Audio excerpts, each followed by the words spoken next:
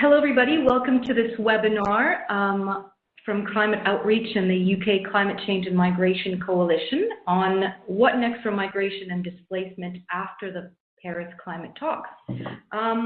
My name is Leanne Deleg, responsible for communications and training at Climate Outreach, and I will be introducing my colleague Alex in just a second. Very briefly, a few notes regarding technology. If you are having any technical issues, please use the chat feature within WebEx, and you can send a message to either me, Leanne, or my colleague Gavin. And I know Gavin's also sent a message in the chat feature if anybody actually can't hear us and can't hear what I'm saying. So definitely use that chat feature if you have any questions with regards to technology. And we also invite you to, throughout this webinar, to ask any questions that you might have about the content, about what Alex is saying and discussing. So please, you're welcome to type in any questions at any point during the webinar, and we'll get to them at the end after Alex has presented his thoughts on the topic. Just a reminder also that we will be sharing a recording of this webinar, so we'll send you all a link with the recording to the webinar within the next few days, and we'd love it if you shared that with anybody else you know that would be interested in the topic but couldn't join us today. So I'm going to introduce Alex. Alex manages our climate change and migration program here at Climate Outreach, and he also coordinates the UKCCMC, that's the UK Climate Change and Migration Coalition. He recently wrote a short briefing paper on, after the Paris climate talks, what next for migration and displacement. And I know he's very much looking forward to discussing this in more depth with you right now. So with that, I will turn it over to Alex. Hi everyone, it's really nice to be speaking to you all, even if it is via the internet rather than in real life. What I'm going to do today is basically present to you an outline of what has happened at the Paris climate change negotiations, specifically focused on migration and displacement. And then we're going to ask some kind of broad questions about what that means and the significance of it. And then there'll be a chance for you to ask me questions using the chat feature, which Leanne and Gavin will then read out at the end, and I will do my best to answer them. So I think the best thing really is as we go along, if something occurs to you and you want to pitch in a question, use the chat feature, do it right there and then. You don't need to wait till the end. But when it comes to the end, I will we'll kind of look through those questions and we'll answer them. So the first thing I'm going to do is give you a little idea of the structure of this webinar, right? So you know what's coming, you know what to expect, you know what we're going to address and what we're not going to address, and what's going to happen when. So the first point, number one, is just some kind of basic overview of the climate change negotiations and their relationship to migration and displacement. So like basically this question of like, why is migration and displacement part of the climate change negotiations, and what does it mean, the fact that those issues are included in the climate talks. Second is kind of a short point really, and it basically is what happened. So we all know that this was a big event, kind of major global event. Very briefly, I'll look at what happened at those talks, but then more specifically, I'll look at what happened in terms of migration and displacement. So, what actually came out of those negotiations that pertains to the movement of people and where they might go and how that's dealt with in the actual negotiating text that came out of the end. The third point I've called the positives, and I was going to frame this as the positives and then the negatives. But I've actually decided to look at it as the positives and then point 4, the big questions, because really my sense of what's happened is that there are some very positive things that have come out of the negotiations, obviously. And then rather than there being negatives, I feel like there are a big set of unanswered questions, which I've called the big questions. So a big proportion of what we're going to look at is actually exploring those big questions. So, point 3, I'll briefly say why I think what's happened is good. Point 4, I will unpack, to the extent that it's possible at the moment, what kind of questions this new agreement raises for migration and displacement. And at the moment, these are very much unknowns, right? So I'm not going to be presenting to you a kind of conclusive list of exactly what's going to happen and when. That still isn't really known by anyone. But what I will equip you with is an understanding of what questions this raises. And I hope that that's useful. Then finally, and this is where your participation is very welcome, I will address any comments and questions that you have. So throughout the webinar, as we've said, please do go for it using the chat feature and send me your comments and questions, and we'll come to those at the end. Just to give you an idea of time, addressing these points 1 to 4, I think is going to take about half an hour, and then we'll maybe have 15 minutes for comments and questions. So I'll continue. So first is this question of why the climate change negotiations? Why is migration and displacement in the climate change talks at all? So the simple answer to this is that although the relationship between between climate change and the movement of people is very complicated, there's no kind of simple A equals B relationship. Nonetheless, the impact of climate change do have the power to reshape patterns of human movement, to reshape patterns of migration and displacement across the world. So while it might be difficult to say exactly what's going to happen or move, or when people are going to move, or exactly where they're going to move to, those are all questions that are, kind of still very much the focus of lots and lots of academic research. Although those questions are still out there, we can still say that climate change does and will have the power to reshape those patterns in various different ways in different places in the world. So for that reason, it's important that as a major climate change impact, that migration and displacement have a place in the international climate regime, in the international climate negotiations. So that's kind of broadly the headline of, why is migration and displacement part of the climate change talks at all? The answer is, well, because it's likely in the future that climate change will have some kind of impact, may reshape these patterns of migration. That's why it's there. That's why the negotiating countries felt it was important that it was in the text, that it was part of the negotiations, part of the discussion, and why all kinds of advocates and campaigners and civil society organizations have pushed and pushed for migration and displacement to be in the talks as well. Okay, but it's not quite as simple as that. The inclusion of migration in the climate change talks is not uncontroversial. It's not, it's not kind of accepted by everyone that it should simply be in there. And what I'm going to do now is just kind of briefly go through some of those reasons why it still remains a contested and controversial issue, why it still remains contested that migration is part of the climate talks at all. And the first point is that the research and the evidence that we do have indicates that most migration and displacement that is caused by climate change or influenced by climate change is going to be internal. People are going to move within their own country. By and large, they're not going to cross international borders. They're going to move from, often from rural areas to cities within their own country. They're not going to cross a border. When they do cross a border, it's likely that they're going to move to a neighbouring country. So, a country where their country shares a border. So, we're not talking about people moving across continents from one side of the world to the other.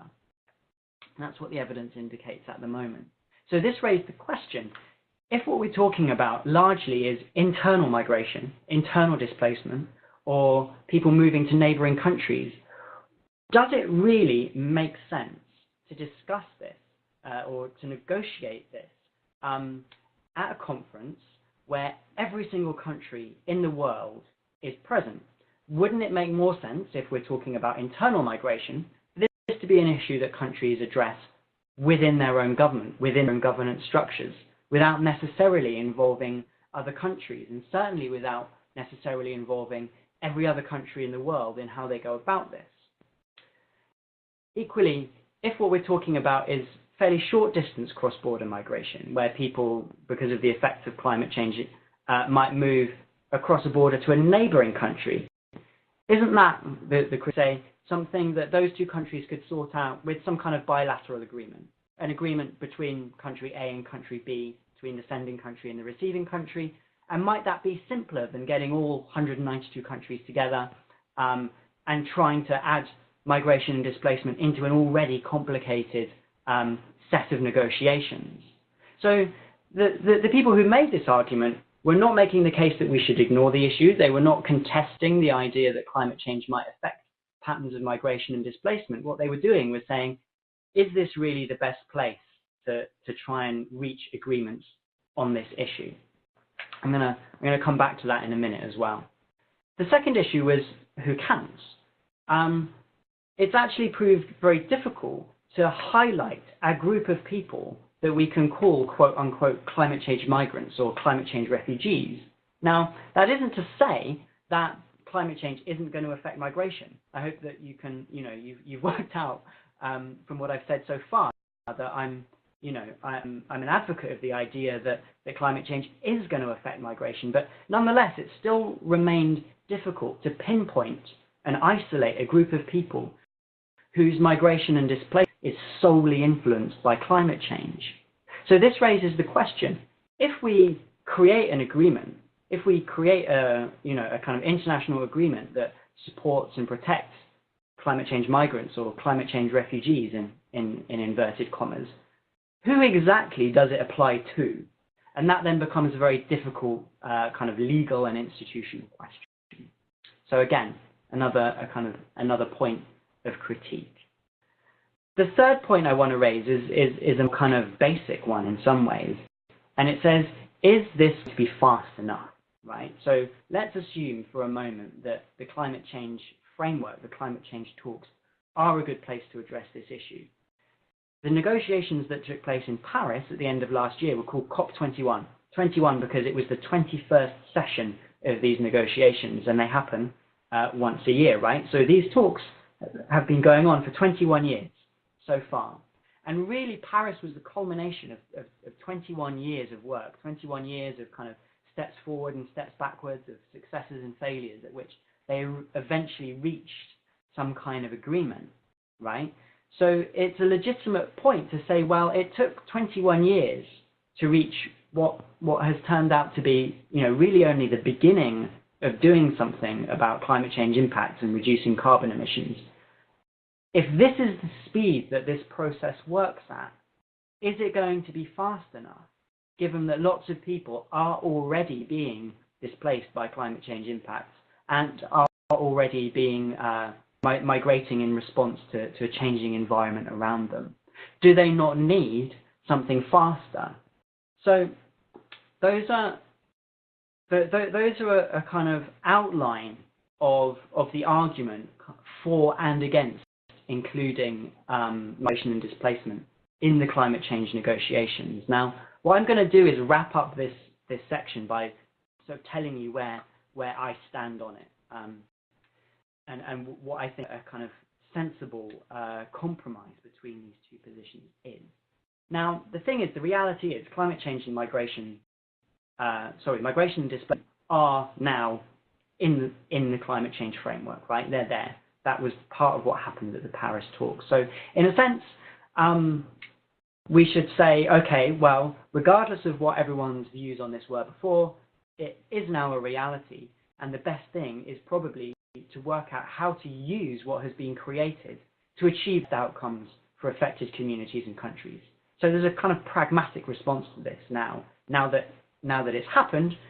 My view is that, all right, regardless of what the debate may or may not be, we've got something to work with, and really people should unite behind that and try and achieve, the best outcome, turn their attention to the future and to how we work with what we've got, rather than kind of debating whether it was a good idea or not in the first place. The second point, I think, is, in spite of that, some of these criticisms about internal movement, questions about who counts and who doesn't, questions about whether it's fast enough, are still legitimate. They haven't disappeared just because the negotiations have reached an agreement. But what I think that means is not that we should turn our back on the climate change negotiations as a way of dealing with migration linked to climate change, but rather the message is we shouldn't hold it up as the only international process that has something relevant to say. There are other international processes kind of going on at the moment that have happened over 2015 that have involved countries coming together to discuss these issues and reach agreements between countries. Just to list a few, you know, the Nansen Initiative, the replacement for the Hyogo framework, which is called Sendai framework now, and the replacement for the Millennium Development Goals, the new SDGs. These are all places where migration displacement linked to climate change could be addressed. And I think what this kind of, this to and fro, this critique, should it be in the climate talks or shouldn't it debate, means now is that it's in the climate talks, but that doesn't mean, you know, because there are still some issues around whether it's the best place to deal with this issue, it means we shouldn't abandon all these other international processes that are going on, okay? So my pragmatic answer to this debate is, let's work with what we've got in the climate change framework, within the international climate change framework. But just because we do now have that, doesn't mean we can, you know, we can take our eye off the ball when it comes to all these other international processes like the SDGs, Sendai, and the Nansen Initiative. So what I feel the response to this ongoing debate now is, given that migration and displacement are now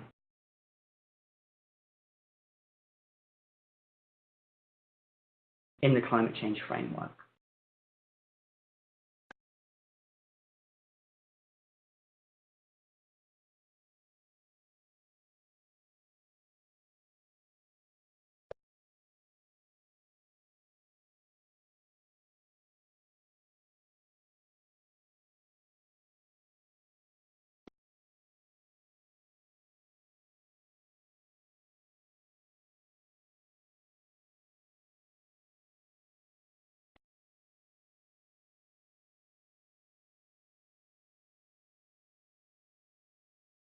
Related to the adverse impacts of climate change, right? That's what it says in the final agreement. So it's written. And what I'm going to do now is sort of unpack what that means and broadly why it's a good thing. So firstly, this point kind of seems sort of obvious, but I feel like it's really important to put it in there. But before, there was nothing, okay? Before the Paris Climate Change Agreement last year, there wasn't a binding climate change agreement, a global climate change agreement, all right? One had been in the process for 21 years, it had been negotiated, various interim agreements and pacts had been made, but it didn't exist, right? There wasn't a global climate change deal, and now there is, right? There's also the possibility that some kind of global climate change agreement could have been reached, and migration and displacement could have been not part of it at all, could have got no mention whatsoever, right? So really, two positive things have happened there. One, we've now got climate change, global climate change agreement, when before we didn't. And second, that agreement contains wording that commits countries to action on displacement. Okay, so that wasn't the case in the beginning of November 2015. In January 2016, it is the case. So I think we can't, in spite of whatever critique or criticisms people might have of the deal that came out of Paris, I think it is important that we say it's better than what went before. The second point is that, and I've called this point consensus eventually. And what I really mean here is that during the various years of the climate change negotiations, the idea of including migration and displacement in the negotiations was controversial. So I don't mean the academic debate that I outlined on the previous slide. What I mean here is that states, the representatives of states at these negotiations disagreed on how and if at all displacement and migration should be in the negotiating text, should be a subject of agreement at all. And, you know, by and large, it was the countries that are highly exposed to climate change impacts, vulnerable to climate change impacts, whose populations are at risk of displacement, that supported the idea of including displacement in the climate change deal. And by and large, it was high-emitting countries who would have preferred not to. We won't, you know, really ever know the ins and outs of the diplomacy that went on around that. But the point is that between these two opposing ideas of including it and not including it, eventually some kind of consensus was reached, right? So the negotiations unfolded in a way where states, in one way or another, had to reach agreement with each other. They had to reach consensus. And a consensus emerged between those states who, you know, had disagreed in the past to eventually find some form of words that ended up in the final text and included migration and displacement. And I think that's positive. I think, you know, if we'd come away from Paris without migration and displacement in there, in a way we could have, you know, we would have been right to have seen that as a failure of national diplomacy. It would have been a failure for states to reach consensus when really it would have been better if they had. It means that probably both kind of, you know, all parties in those negotiations would have had to have compromised, but that is the nature of these things. No government will have come away with exactly what they wanted. And I think that applies to the entire climate change agreement, but it applies also specifically to the part of the text that talks about migration and displacement. No doubt some countries would have wanted a much weaker wording that committed them to less, and lots of countries, obviously the countries that are more likely to have been affected, have, we know, been pushing for a stronger wording. So, you know, consensus was reached eventually, compromises were made, but at the end of the day, migration and displacement did make it in. The third point is about listening. And what I mean specifically here is that certain groups and organizations were listened to. I've said already that, some of the most vulnerable countries, you know, reached consensus, reached some agreement with other countries on this. But what I mean here is organizations and parties that are not officially part of the climate change negotiations were listened to, so kind of non-state parties that aren't part of a government representation were listened to. And the two groups that I mean here are primarily academics and civil society organizations. Now, within academia, there has been, you know, in my view, a kind of great push and an awful lot of academic scholarship done building the case for migration and displacement to be part of the climate talks, right? That's gone on in a number of different universities across the world. But essentially, the case for it being included has been presented by academics at side events, at COP events, at COP negotiations. And it feels to me like, in a way, that hard work and that kind of legwork done by those academics has paid off, right? Finally, here is a piece of negotiating text that a lot of scholars, a lot of academics for a number of years have been saying should be in here, and presenting very coherent, very well-reasoned arguments in academic journals and elsewhere, making the case. So in a sense, the academic community on this issue has been listened to. They presented their arguments very coherently, and eventually states, through one process or another, have listened to them and reached an agreement. The second group I mean here is civil society organizations. Now, for a long time, various NGOs, civil society groups, campaigners, activists have been saying that displacement should be included in the climate change talks, that displacement and migration are a subject of agreement between states during the climate change process. And again, I feel like obviously they haven't got everything that they wanted out of the agreement, but by and large, you can make a case that the pressure applied by various campaigners, NGOs, and other civil society groups has had some effect.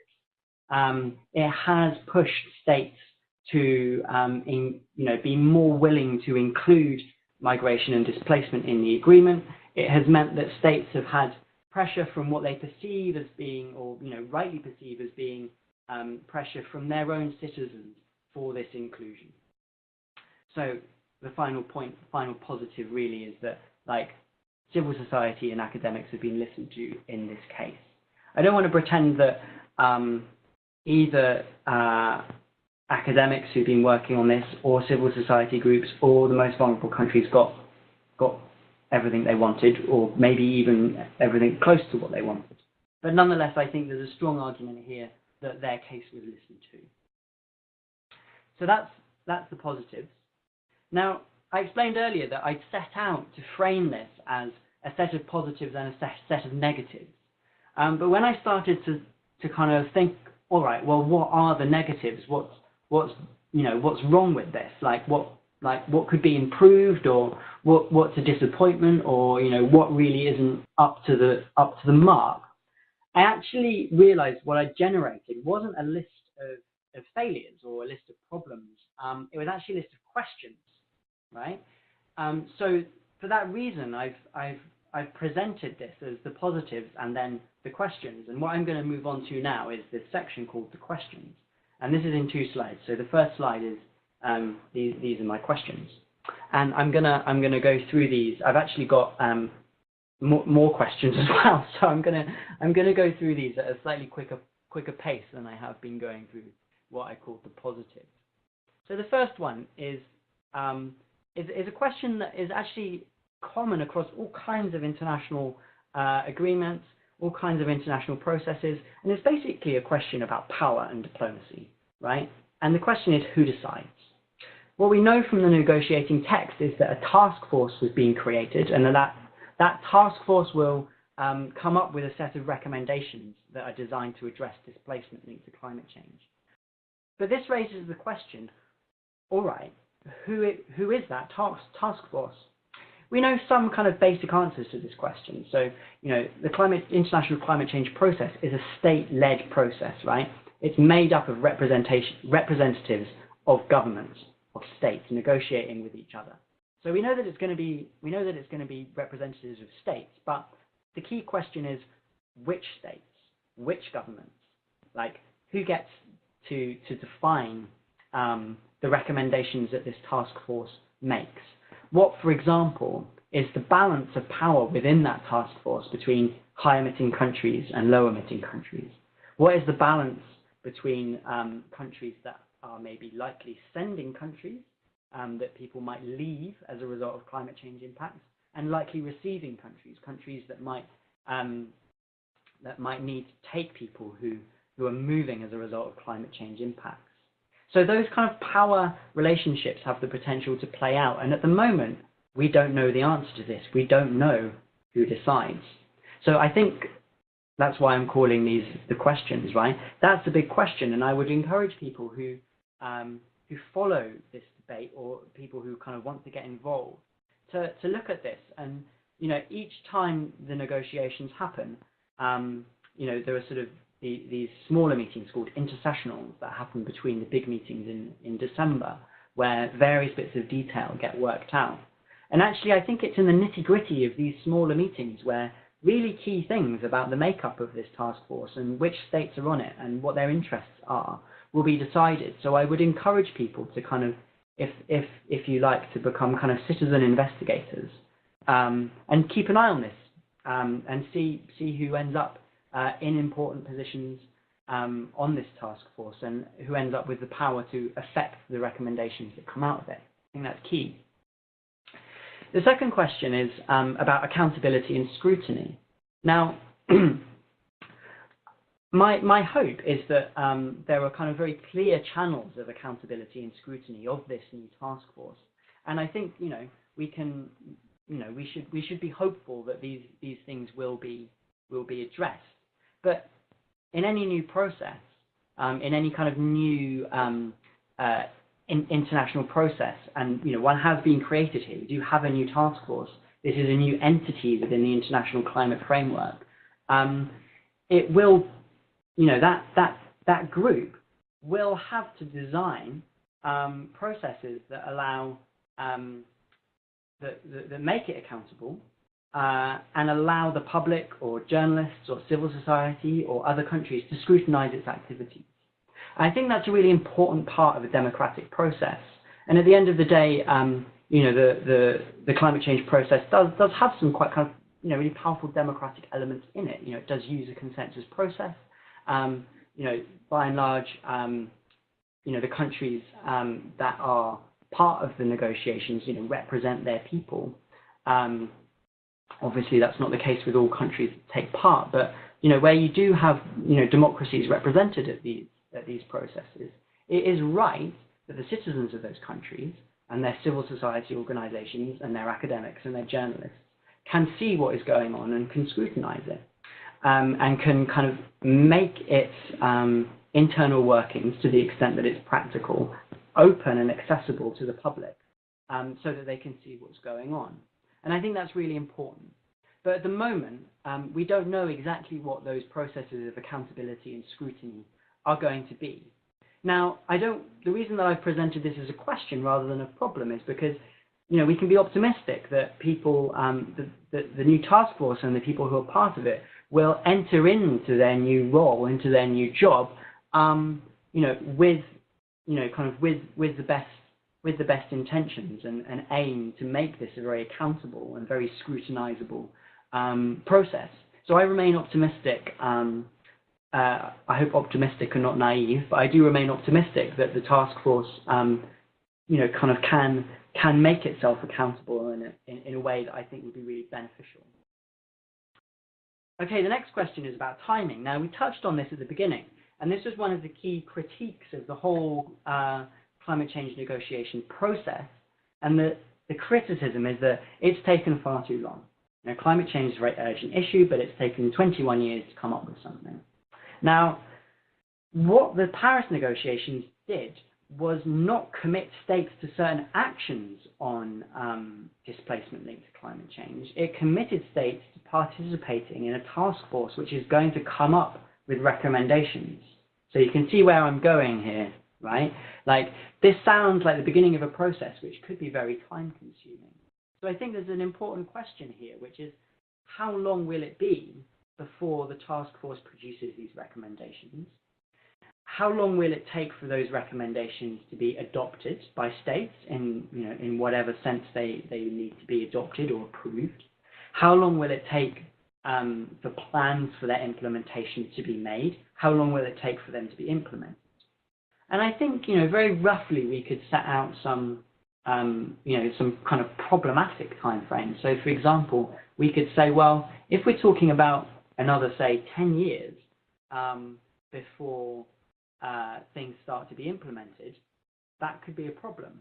But equally, if the task force turned around and said, we're going to come up with these recommendations next week, we might say, well, has that really, given enough time for them to be considered and negotiated and debated and for the most intelligent and nuanced recommendations to be produced? So on the one hand, it can't take too long, but on the other hand, it can't be rushed. Given what we know about the international climate process, I don't think it's going to be a case of it taking not enough time and being ill considered. I think the risk that we need to be aware of is that this process takes years and years and years. And the reason for that is very simply that, if you look around the world at the moment, you can see examples of where climate change impacts are affecting people, where climate change impacts are increasing people's vulnerability and are leading to displacement. That's happening now. It's not something that we can say, oh, well, this might start happening in 15 years. So if we come up with our recommendations in 10, then that's fine.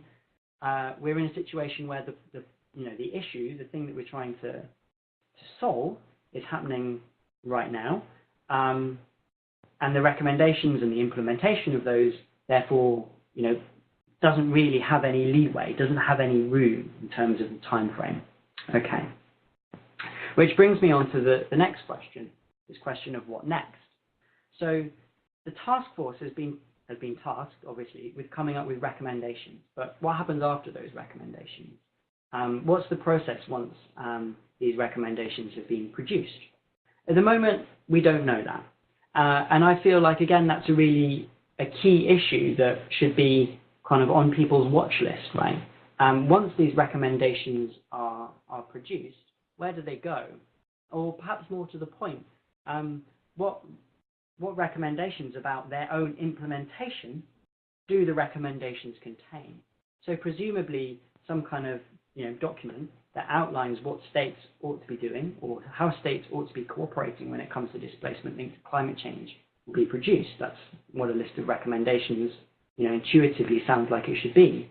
But in there somewhere needs to be some recommendations about what is done with those recommendations now that they've been published. And I think fairly early on in the process of the task force, as people who take an interest in this issue, we can be saying, okay, the recommendations themselves might be kind of moving forward positively, but where is the recommendation about what happens once they've been produced? So I think that's an important thing that is interested citizens or academics or campaigners or whatever we are. If we're going to keep our eye on something, that would be one of the things that we would keep our eye on. Okay, so moving on to my next set of questions. Okay, and this is a big one really, is this question of finance. Now, there are two complicated issues here. The first is that if you look at a lot of the commentary on displacement, a strong argument can be made that preventing displacement is cheaper and more cost effective than people being displaced and then having to deal with protracted displacement situations. Okay, I mean, it's also obviously kind of more humane, more humanitarian, fairer. It's like for all the kind of human reasons that we, no one wants to see people being displaced are there. But it's also the case that when people are displaced, this creates an expense either for a government or for an international agency or for an NGO that comes in to deal with it. And by and large, preventing displacement is better and cheaper than dealing with displacement later. But, and this is the but, it usually, preventing displacement usually requires fairly large upfront costs. Okay, so the whole area of disaster risk reduction and disaster risk management, although in the long run these things, a strong argument can be made that these are kind of cost effective, that they're saving money, they do usually require investment up front. So although we might be able to say, well, look, preventing displacement from linked to climate change is cost effective and a good thing to do, but that doesn't mean that initially it can be done at no cost. Disaster risk reduction has these upfront costs, and this raises the question of where is the money going to come from? Okay, so to address slightly this question of where is the money going to come from, now this is something that I think could be very positive. Now, within the international climate change negotiations, within that framework, there are a number of funds. Essentially, high-emitting countries, wealthier countries pay into these funds, and those funds are then distributed to other countries to help them adapt to climate change. This is what adaptation finance is, basically. This is what people mean when they talk about adaptation funding. Now, because displacement is now part of the official text of the climate change agreement, this opens up the possibility that some of that adaptation finance could be used for projects that prevent displacement. And projects that prevent displacement could be any number of things. So it could be projects that help people become more resilient to the impact of climate change and stay where they are. But equally, and I think this is where it begins to get controversial, equally, they could be projects that help people move. They could be projects that help people who are maybe in high-risk areas say, well, actually, we're facing two choices. One, waiting until we're forcibly displaced by climate change impacts, or moving early and avoiding that displacement by choosing to move earlier to somewhere where they can find alternative work and resettle. Those kind of fall into into a number of different kinds of projects, and perhaps the most iconic of them are the planned relocation projects that we hear a lot about from the Pacific, where communities opt in advance to move their community, with the assistance of their government, with the assistance of civil society organisations, and with the permission of the community or the government that they're moving to, right? So the question is, does the inclusion of displacement in the climate change agreement now open up adaptation finance to be spent on, firstly, on migration as adaptation projects, and secondly, on planned relocation projects? So at the moment, I've put this as a question because we don't know what the answer is. It might be that it does. It might be that it doesn't. Over the next year or so, I think probably what we'll see is a lot of kind of in-depth sort of policy scholarship, if you like, trying to unpack that question, trying to work out exactly what it commits governments to financially. Okay, final two questions. I said earlier that I felt that academia and civil society to some extent had been listened to. The question is, will that continue? There's the task force that we've explored, that we've looked at. The question is there a role for academia within that task force, some kind of advisory role? Is there a role for civil society within that task force?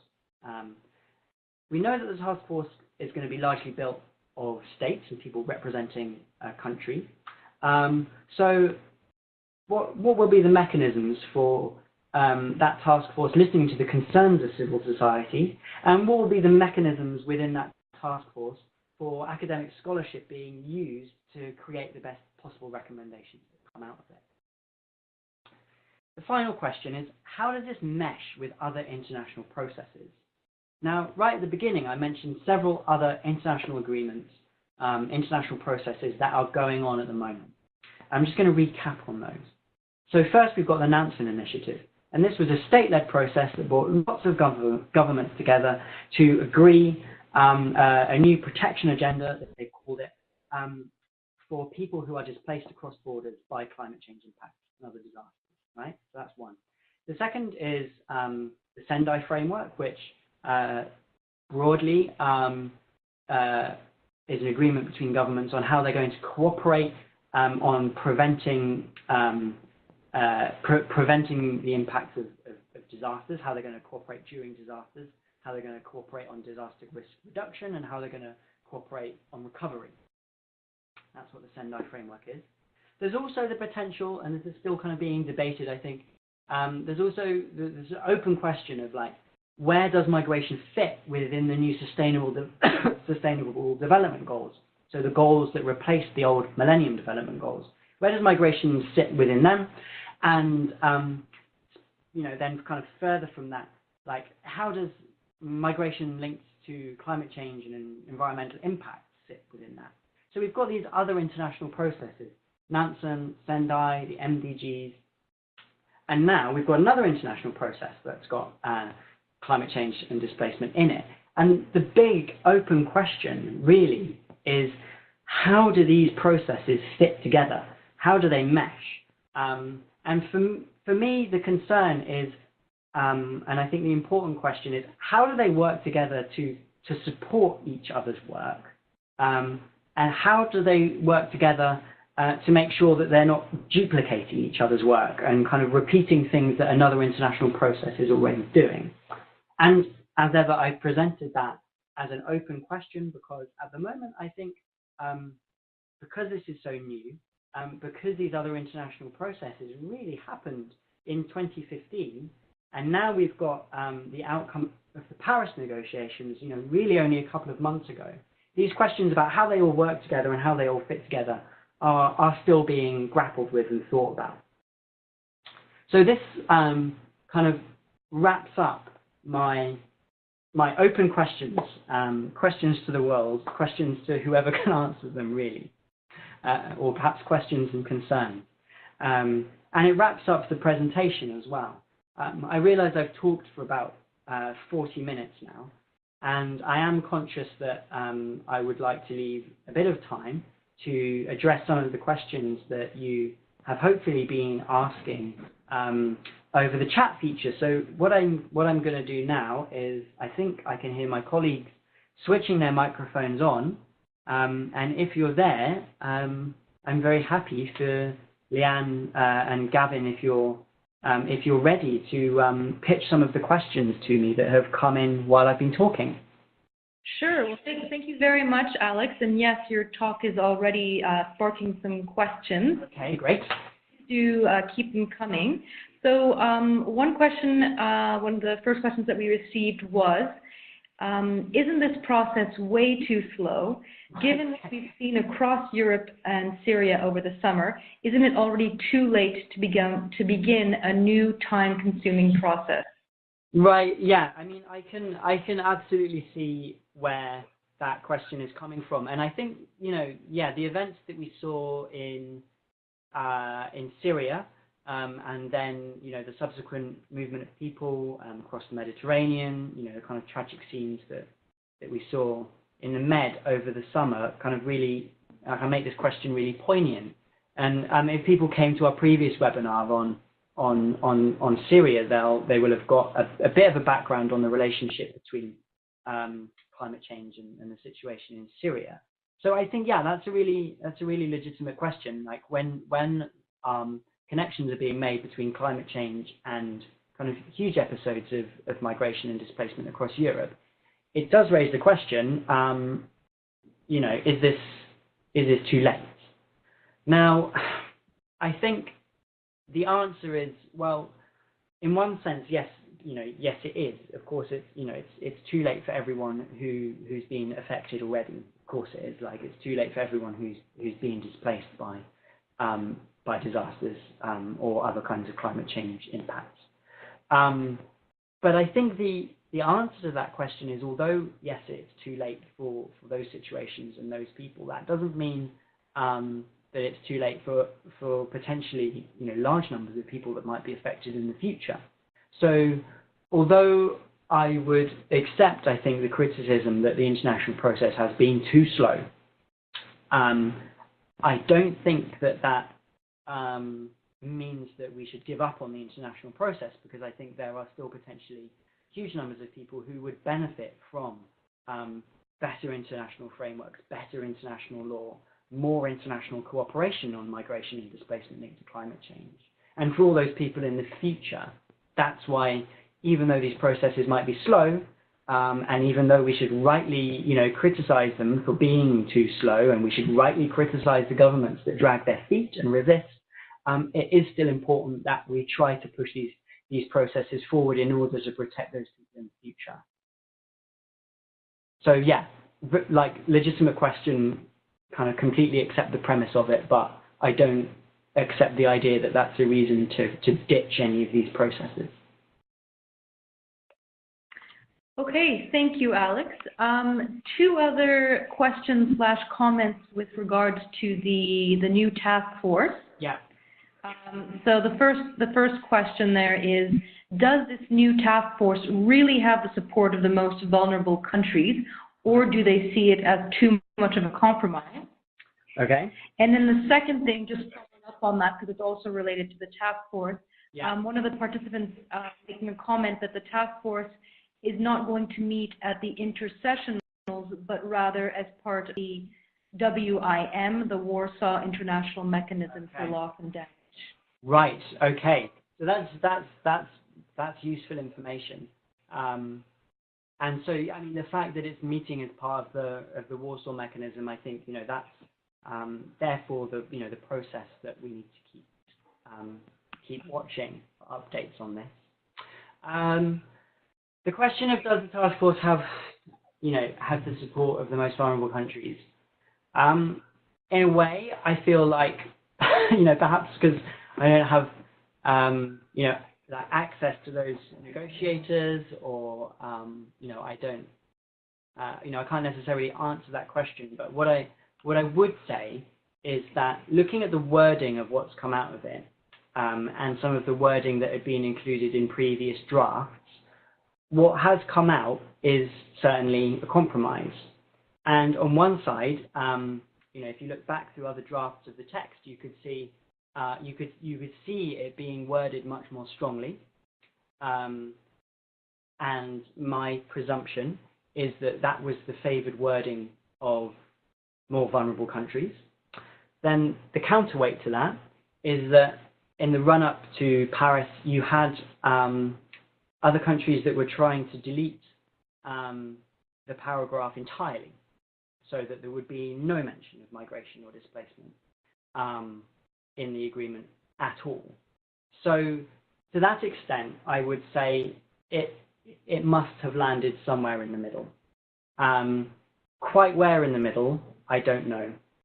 Whether it kind of is more to the side of the countries that wanted it to be represented very strongly, or whether it's more to the side of the countries that wanted it deleted completely, I think would require kind of much more in-depth analysis, and it would probably require some candid conversations with various people who were negotiating it, and kind of off-the-record conversations, if you like. So it's a very interesting question, and I mean, it's a question really that I hope perhaps an investigative journalist might undertake by trying to speak to some of the people who were involved in the process and kind of unpick what the various actors and their negotiators were hoping for.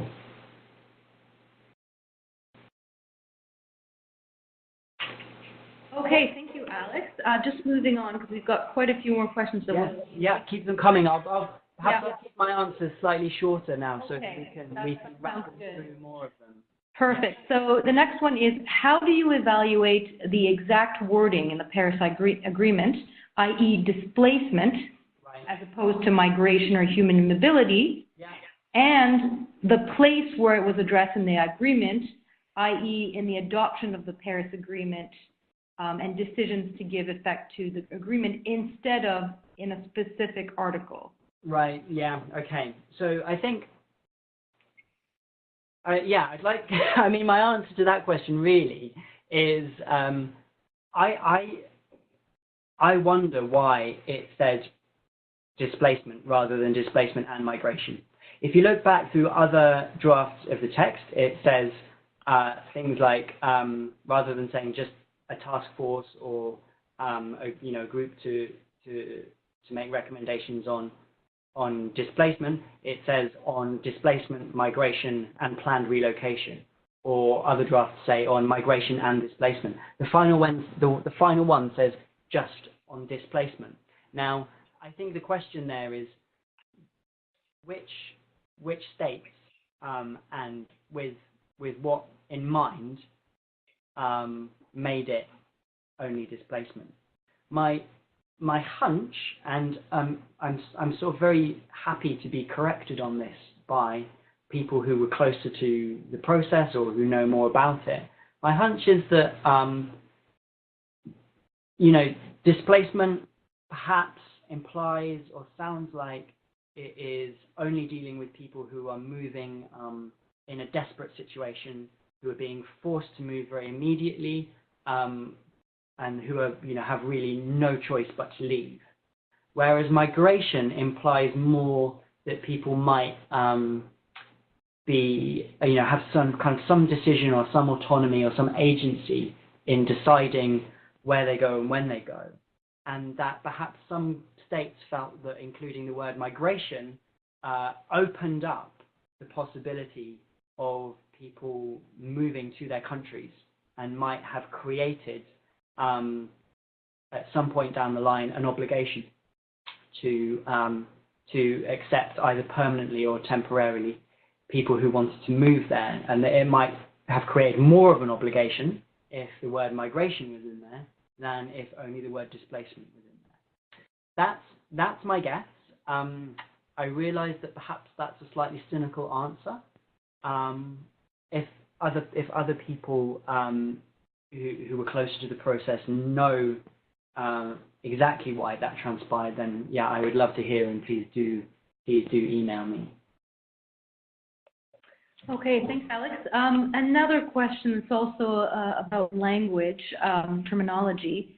So I'm just reading it now.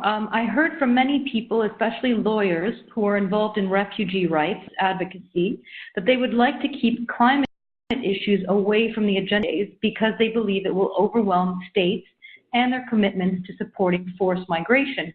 Could you talk a little bit about the politics around even the terminology of climate refugees? Sure. I mean, I should say for a start that in general, and this is where you get into kind of questions about language, which seem, you know, when you're talking to people who aren't in this field, they often ask you kind of why you use such convoluted phrases. And I tend to say, you know, people whose migration is linked to climate change or has a climate change dimension, or people whose displacement has a climate change dimension, something like that. And I tend not to say climate change migrants or climate refugees. And the reason for that is that I think although climate change is going to kind of reshape patterns of migration and displacement, it's still difficult to pick out a group of people who are climate migrants or quote-unquote climate refugees as a kind of separate group, as a group who are completely distinct from every other person who's moved, right? That's kind of quite a difficult sort of philosophical and legal challenge. So for that reason, you know, and in the project we tend to use these phrases that don't refer to groups of people, but rather refer to the forces behind what has caused them to move. Now, when it comes to the sort of politics of where this is addressed, I think, yeah, I think that the questioner is certainly right there. There is a feeling that if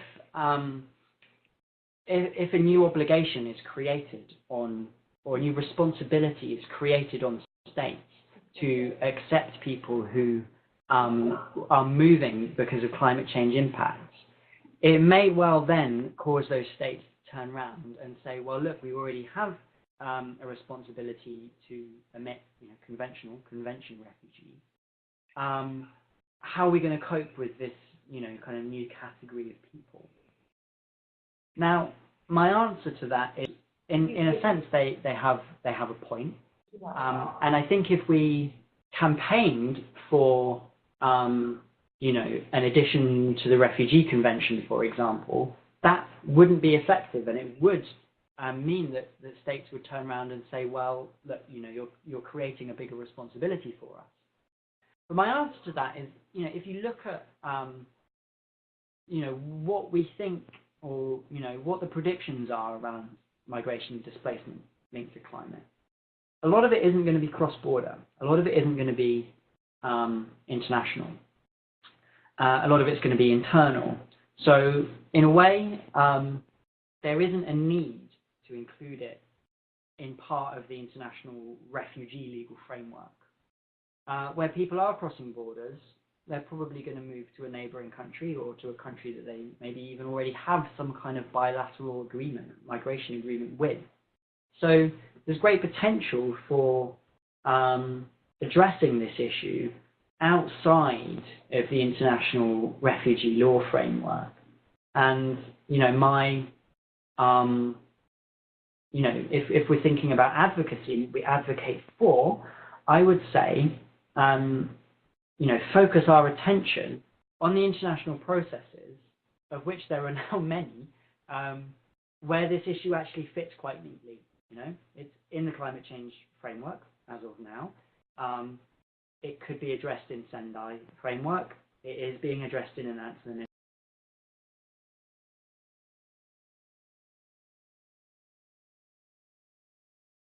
initiative. It could be a problem without trying to involve yet another international legal process. Okay, so let's see if we can get maybe answer two final questions. Okay, I'll try and do them quick. So the first one is, wouldn't it be interesting to look at the EU in terms of its own internal processes and revision of its migration policies? In reference to Syria, its uncoordinated approach has been disastrous.